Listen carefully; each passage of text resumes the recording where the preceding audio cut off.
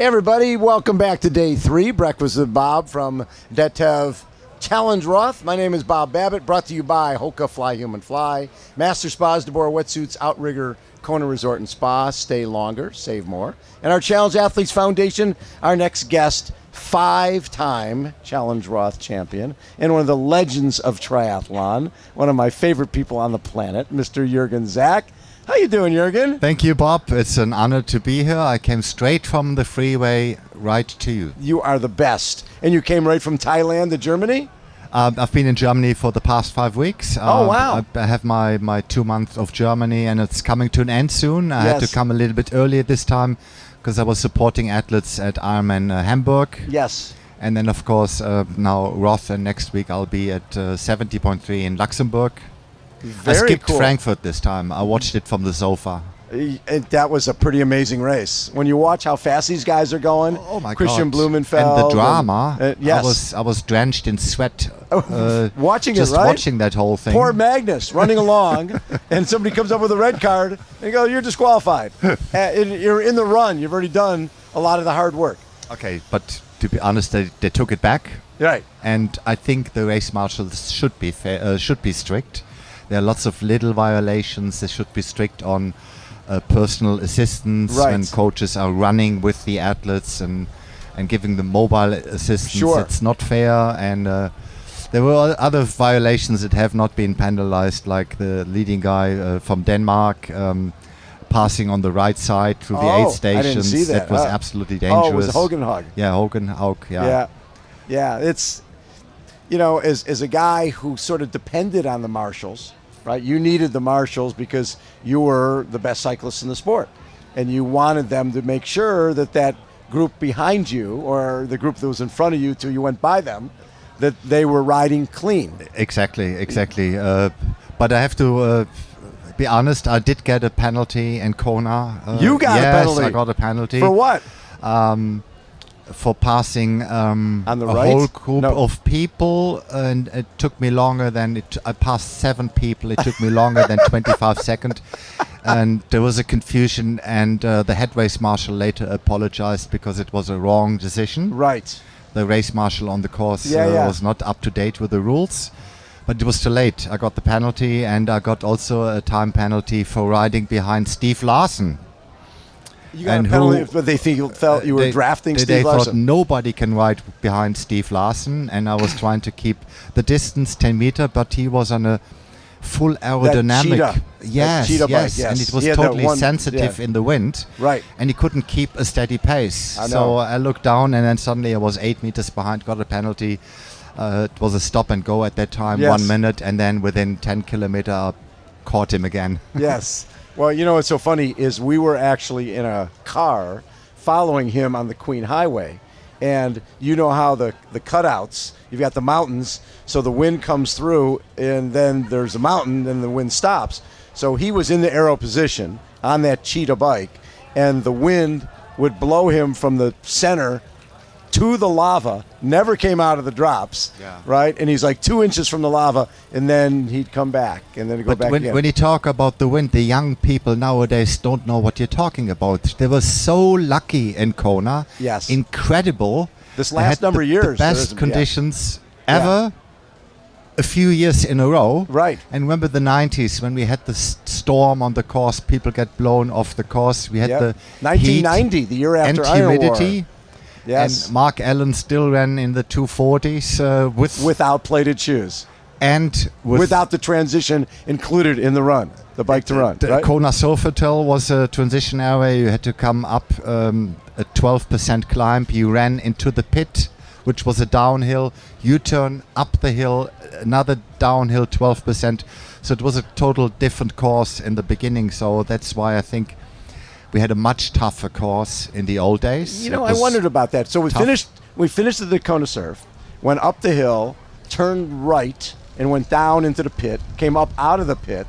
Now, was the Energy Lab still in the course at that time? I think they introduced this in the late 90s. Okay. The Energy Lab. Yeah, because I think you went out and turned around. It was like there was like just a that early 80s, they had like a big beer can out there that you turned around. Yeah. Later, it might have been a Gatorade. But all the way through the 90s, the run course was much harder than I nowadays. think it was, yeah. The easiest run course was possibly in 1989 when you didn't have to go to the energy lab. You ran straight to the airport, yeah. Past the airport, you turned around. back. You turned around at the Budweiser can Yeah. and came back, yes. And that was the year that there wasn't much wind. And 8:09 and 8:10, they took 18 minutes off the course record. Right, Dave took 18 minutes off the course record and lost.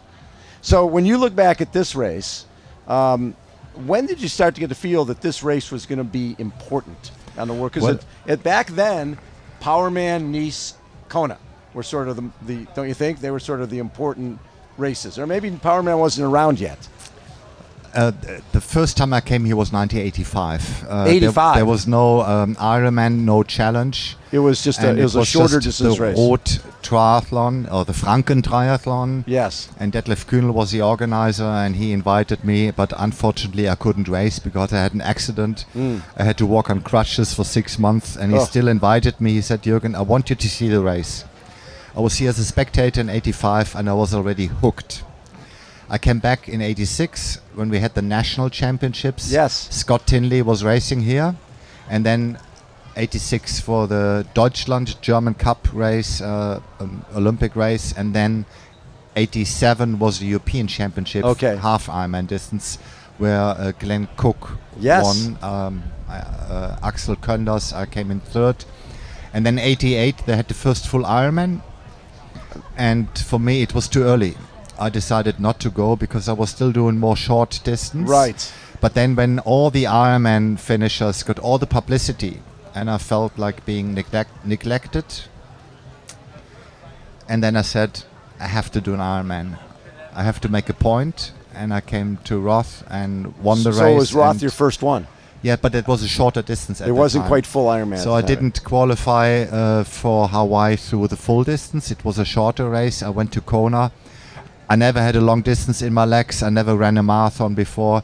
Came to San Diego before that race to train with all your old buddies. Tuesday run, Wednesday ride. And ended up with a 7th place. But I realized right from the start, 85, that there's something special about Roth. That there is a big community supporting, that there's an organizer, Detlef Kühl, and of course the Walshöf family. Yes. Who took over later, and it gave the whole thing a personal touch. You came to Roth, you felt like you were part of the family. Yes. There were hundreds of athletes who got a homestay organized by the organizer, and I'm still with the same homestay. Still with the same homestay. Still the same, the Müller family. Oh my God. They have a bike shop, Zweirad Müller, and I'm with that family since 1985. That is wild. And so you did from 89 to 97, 7th, 8th, 13th, and this is Kona, 5th, 4th, 7th, 11th, 2nd. And in 97, that was the Thomas Hellriegel wins. You get second. Lothar Leder gets third. First time the Germans sweep the podium. And then back a few years ago when Jan wins, and we had Jan win, and Patrick Lenge got third, and who got second? Sebastian got second. So you've had a couple of German podium sweeps here. Yeah. And then you guys obviously were a factor in the race. Then Norman Stadler came and won it twice. And then 2014 was Sebastian, 15-16 Jan, 17-18 Patrick, 19 Jan, and then 23 Patrick. So yeah, the Germans always had a reputation. We always scared the shit out of the rest of the world. Yes, you did. Well, that was one of my favorite times. We were on the stage in Kona, and you and I were talking about your plan. My plan is to take the run out of Mark Allen's legs by having a really, really hard bike ride. And Mark Allen was like, Jurgen's here to win the bike. I'm here to win the race. And to be honest, he did. And I never had a chance in Kona against him. You know what? I always felt, because I would see you training, and you were a real runner. But for whatever reason, your body just blew up in the heat and humidity of Kona. You looked so much bigger in Kona than you did anywhere else. Many different reasons. First of all, I'm still a bigger guy. I Right. always had to like 77 to 80 kilograms, which is in pounds. What is that? I have no idea. 176 Price, yeah, pounds, something like that, yeah. 3 pounds.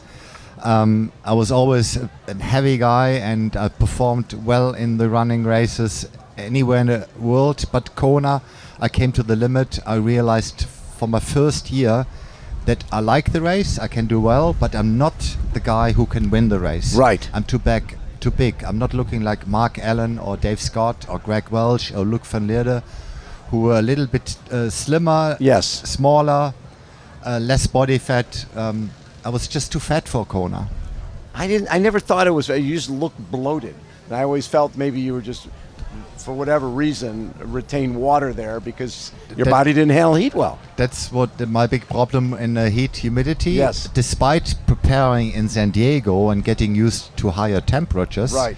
I But came it's to different heat Kona, than San Diego, yeah. and it hit me like a bus coming to the airport and getting out of the plane, and then within 2 days I had 2 extra kilogram. It was just water You retention. did. Yeah. I was going to say, because I would see you in San Diego, and I'd be like, Jurgen's ready to have a great race. And then I'd see you in Kona, and you just looked bigger. Yeah. Yeah. So one of my favorite races was Powerman, 92, I think it was. Kenny Souza and Mark Allen, they're 9 minutes back of you. I don't think they thought that Jurgen Zack could outrun them. I think they just thought that, you know what, that we'll run him down. But you could run.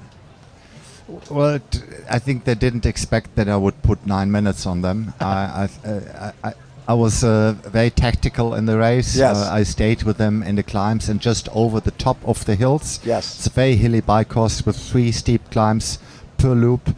And I made my move, and then it's a little bit tricky. You can't see very far. And I was hoping that once I was out of sight, I was out of their mind. And they probably didn't get the information. They thought, oh, it's going to be 2 or 3 or 4 minutes ahead. And then it was a shocking news for them when they heard it's 9 minutes. Over. And I did train specific for this course. I did a lot of trail running in Germany, in the forest where I live, but also in San Diego. I ran a lot at Rancho Santa Fe. Yes. It's not the steep long climbs, but it's still off-road. And I did some very specific preparation for that year. But Mark Allen came back the next year and kicked my butt. One of my favorite was you guys would do that Wednesday ride. And early in the season, Mark would tell me, you know what, we'd do this, and I don't know where it was. There was like a stair-step climb of some sort. And he said Jurgen would be doing little circles waiting for me, because he would drop me and do little circles. And so I knew that I couldn't ride with him again the rest of the summer. And I needed to train for the next time I rode with him like I was training for a race, because I needed him to understand that I'm taking his strength and making it my strength. So the next time we rode, which wasn't that long before Kona, he said the same climb, I was the one doing little circles waiting for Jurgen, because I wanted him to know that I'm going to win Kona. I've taken your strength and made it my strength, plus I'm a better runner. Yeah, but it's funny. I think Mark Allen had to taper for the training rides. He did. With the Germans. Yes. We moved the level of the long bike rides up, and it was also Norman Stadler before. It was Wolfgang Dittrich and me. Yes. But looking back, I think there was too much ego. We were riding too hard. We were doing the You were racing. Lake Henshaw ride. Yes, at that was it, the Lake Henshaw, 37 kilometer per hour with 2,000 meter of climbing, or 7,000 foot of climbing in the heat with the wind. I think it was sometimes unnecessary fast and too much ego. You probably left some of your racing there in those training days. And same with the Tuesday run. Guys ran pretty hard. Yeah, I often get blamed for changing the run. It was more like a social fartlek. Yes. People were starting easy, and then they were doing efforts around the golf course, and that measured mile, and then that canyon trail, the steep trail. And they said, okay, Jurgen ruined the run because he kept the pace too hard from the beginning. But I would blame Spencer Smith for that. Because I like the fartlek style. Yes. But Spencer, he went hard. He started at like 5:20 mile pace right from the start. and then everybody followed, and that was the end of the traditional Tuesday run, which was an amazing training event. It was every Tuesday at Rancho Santa Fe, and it was a 12-mile run with everything: road, trails, golf course. Beautiful, and the creme de la creme of triathlon showed up with Scott Tinley, Scott Molina, Ray Browning, Mark Allen, everybody, Bob Babbitt. No. What do you look back at as your best race? I would honestly say Roth in 97 was my perfect race. I had a good swim. There was $100,000 on the line for the first one to break the existing world record. And what was the existing world record? It was 7:57 from Lothar Leder. When he was first got to go under 8 hours. I was here for that. The organizers said, okay, the first one to break that record will get a $100,000 bonus. So everybody was very motivated. Luke van Leder was here, Lothar, Hellriegel, Frank Heldorn, and a few others. And I was on world record course. I came off the bike with Thomas together with a huge lead, and I ran sub 4 minute, like 6:25 mile pace for the run. And I had a 3-minute lead at the last turnaround with about 10k to go, and I saw Luke van Leder is the next guy, and I ran 39 minutes for the last 10k, and I thought normally this should be enough. Not a problem. But nobody had an idea that Luke van Leder can run a 34:40 on the last k, and he passed me with 1 mile to go. So he got the world record at 7:50. I finished second. He got the 100k. He got the 100k. I did 7:51, but I looked at the clock and I couldn't believe it. And I would say, looking back in hindsight, it's still the best race. It was a 4:14 on the bike, which was the bike course record at that time. Yeah. Which looks ridiculously slow nowadays, because now everybody equipment's changed a little riding bit. sub 4 hours. Yeah. And then run a 2:49, 2:47, sorry. But it was not enough. Luke van Leder ran a 2:36. Yeah, not without plated shoes. 4 minute for the last 10k. So one of Thomas Hellriegel told me a great story of when he was leading Ironman, and he's coming up out of the energy lab, and Luke is coming down. And of course, when you're leading, you want to look good, like when the guy's coming down, basically saying, don't even think about it. I'm strong. And Thomas thought he was doing that. And then all of a sudden he sees Luke stop to take a pee. Because Luke's looking up going, oh, I got him. I got plenty of time. I'm going to go take a pee here. And now I'll catch him in a couple minutes, which is exactly what he did. Yeah. That was 96. And that led to, you think about what Thomas did in 95 and 96. He comes off the bike in 95 with, 12, 13-minute lead and runs a 2:58, something along 2:55. It's not like he blew up. And Mark Allen had to run a 2:42 to win the race. And then the following year, he comes off with Luke. Luke gets a penalty. And so Thomas has like 3 minutes, and Luke breaks the course record to win. And he ran, I think Thomas ran 2:46. Exactly, yeah. He ran 2:46 and lost. 2:55, 2:46. That was pretty. He really probably should have 3 wins. Exactly. Thomas had the guts to go off the front by himself. Yes. And there were always big packs behind him. People were hiding and saving their energy, and it didn't pay off for Thomas. And he got caught always nearly at the same spot, about 3 miles before the finish. Yeah.